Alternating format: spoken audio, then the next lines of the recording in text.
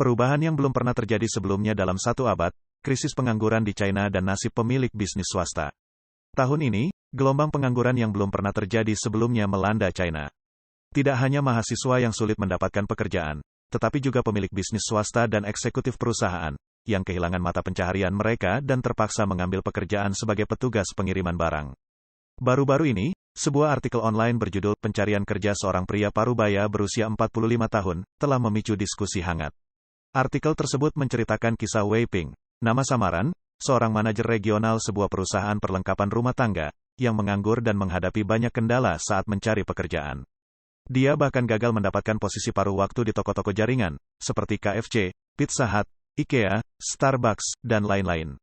Sebelum kehilangan pekerjaannya, Wei Ping memiliki gaji tahunan hingga 800.000 yuan atau hampir 110.300 dolar Amerika Serikat, memiliki rumah dan mobil, dan memiliki lebih dari 100 bawahan.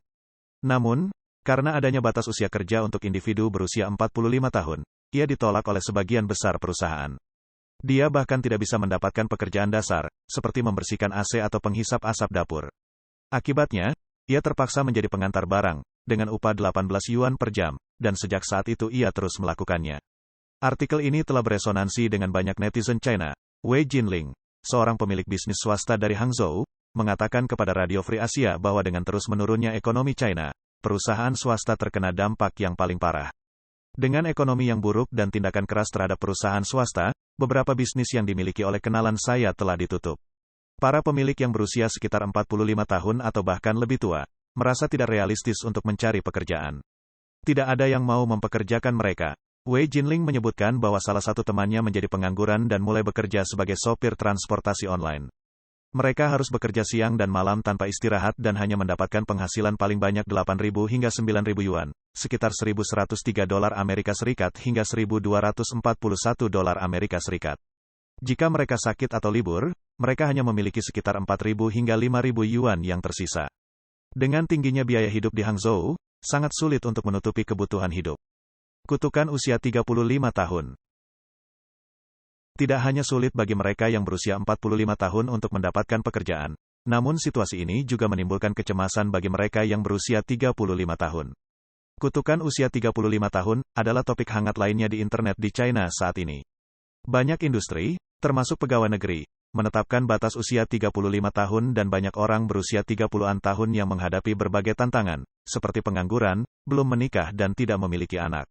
Sebuah video yang dirilis oleh seorang jurnalis dari Original Southern Weekend, pada bulan Maret menyatakan bahwa meskipun merupakan lulusan dari universitas ternama, setelah menganggur selama 6 bulan, mereka harus melamar untuk menjadi pendeta Tao, tetapi dianggap terlalu tua pada usia 35 tahun. Oleh karena itu, mereka harus melepas jubah sarjana mereka dan menurunkan status mereka, untuk menjadi seorang pengantar makanan. Namun, mereka tidak menerima pesanan sama sekali. Fan, seorang pria berusia 35 tahun, yang dulunya bekerja di sebuah perusahaan kecerdasan buatan di Shanghai, mengatakan kepada New York Times bahwa sebagian besar rekan-rekannya masih lajang, seperti dia atau sudah menikah tanpa anak. Pada akhir tahun lalu, Fan dan banyak rekan kerjanya di PHK dan masih belum mendapatkan pekerjaan baru. Fan mengatakan, bagi masyarakat, usia 35 tahun seperti wabah. Penganggur kelas menengah yang memenuhi Starbucks, kebangkitan kerja penuh waktu sebagai anak.